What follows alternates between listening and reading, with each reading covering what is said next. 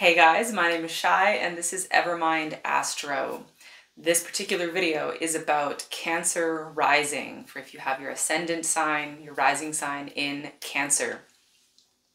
This one actually is especially interesting to me because I feel that Cancer rising signs, I don't know, there's a little bit more of a blind spot with this one. It's kind of strange. It's almost like Cancer itself isn't particularly comfortable being in the ascendant zone, right? It's not particularly comfortable there. And, you know, now that I kind of think about this for half a second, it makes a lot of sense because the ascendant is where you interact with the world. And it is specifically with how you interact with people as you just meet them, as they just meet you, how you kind of go out into the world and do your daily interacting. And Cancer isn't always comfortable with that because Cancer, you gotta think this is like the moon, the home, your inner space, the fourth house type of stuff, right? Everything about Cancer is, well, not everything, right? This is a little bit reductive, right? We can always talk about other aspects of Cancer because Cancer can also be very like charging forward and going forth, kind of like the Chariot card in the tarot. That is also an aspect of Cancer. But when we typically think about it, and honestly, the way I see it playing out most of the time is the kind of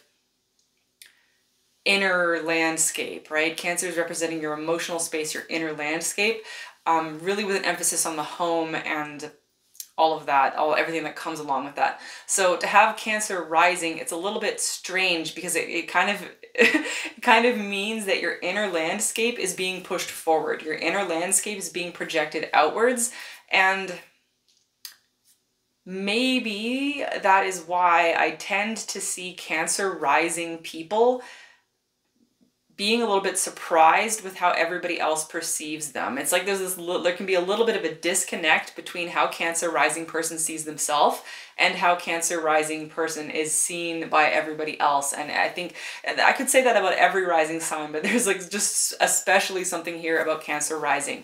So specifically, especially if you are a Cancer rising woman, you might find yourself accidentally, inadvertently mothering the world, right? And of course, anybody can be doing this. It's obviously not just women, but it tends to present most obviously if you happen to be in a female body in this lifetime, right?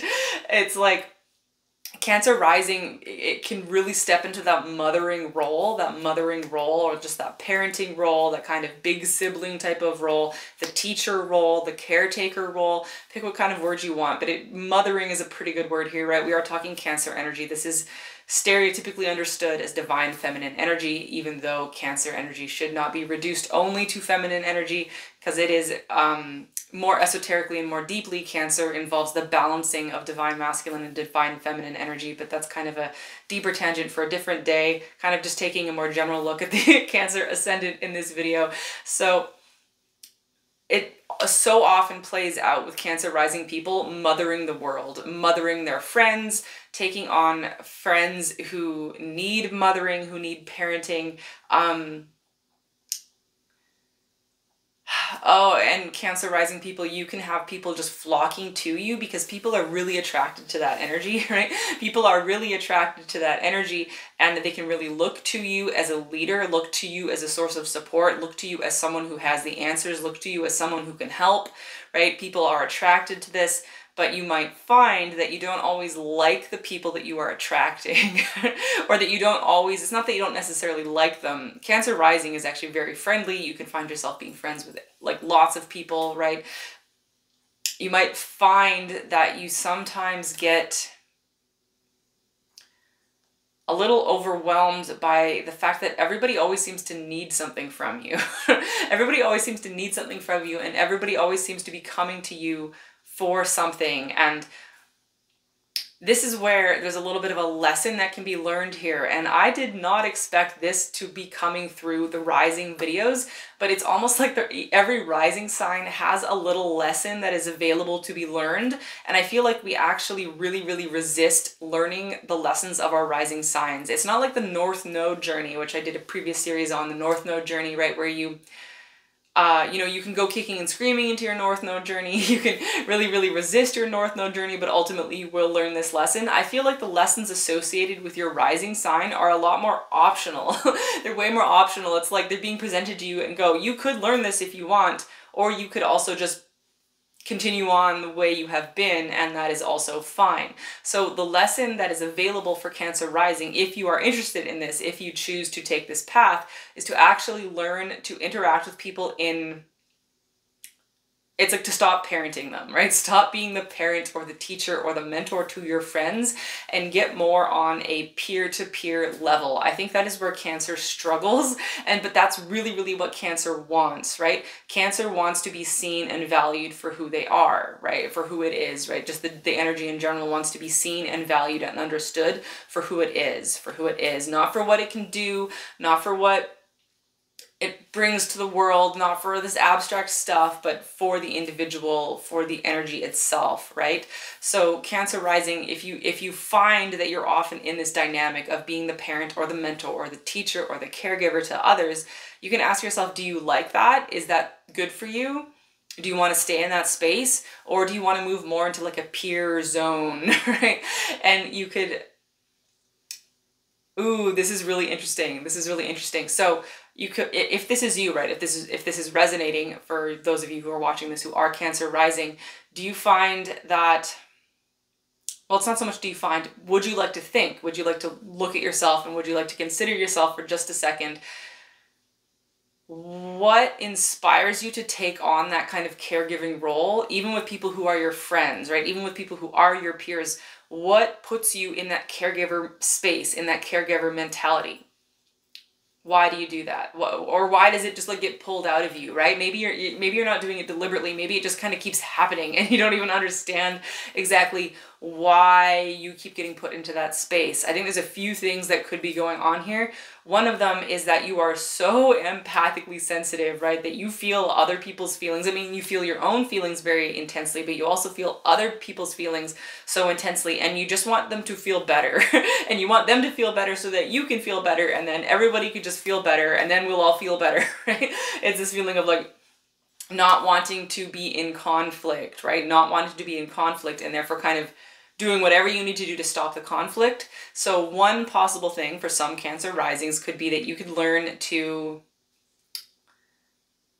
get okay with conflict, to be okay with conflict, and know that just because there is a conflict, it doesn't mean that you need to solve it. You don't need to stop the conflict. You don't need to solve the conflict. You can simply be in the conflict, or you can be next to the conflict, or you could be observing the conflict, and that is totally fine.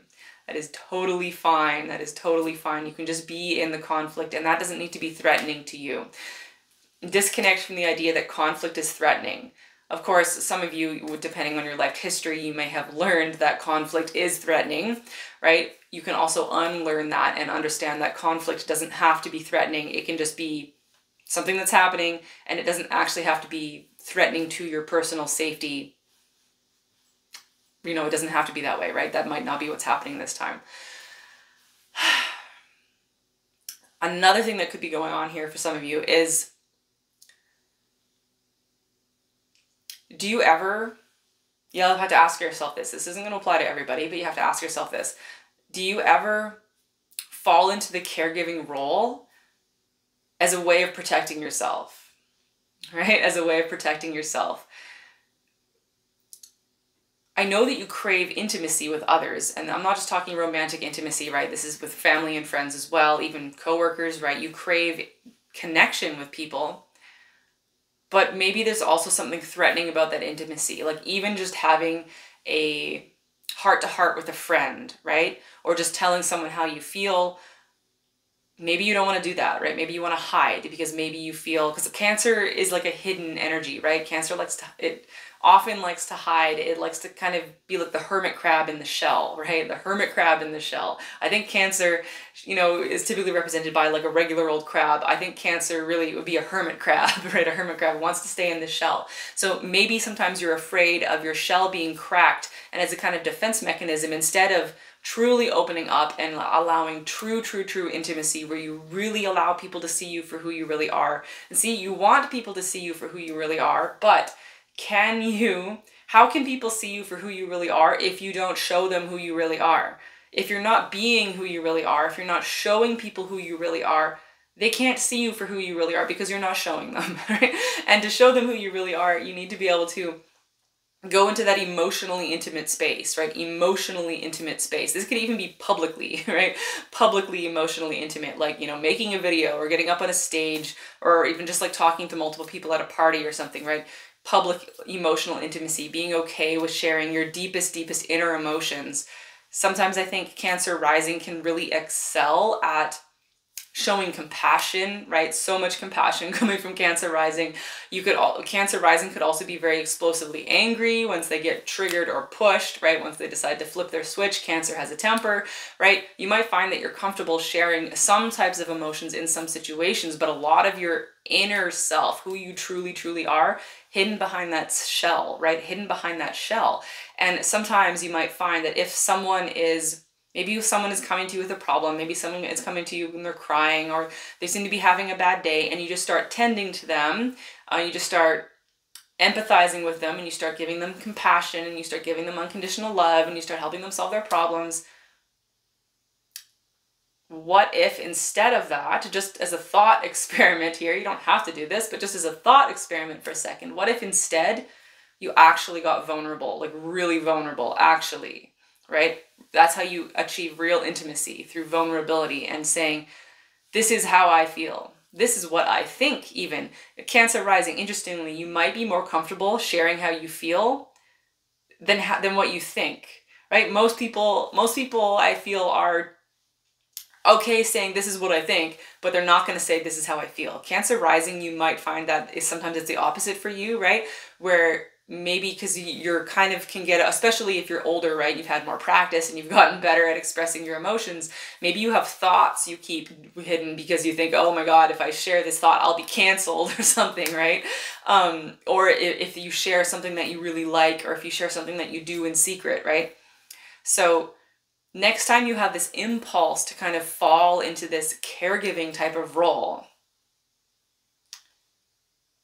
just take a minute and go, is there an alternative approach here? How could I engage with this person? How could I navigate?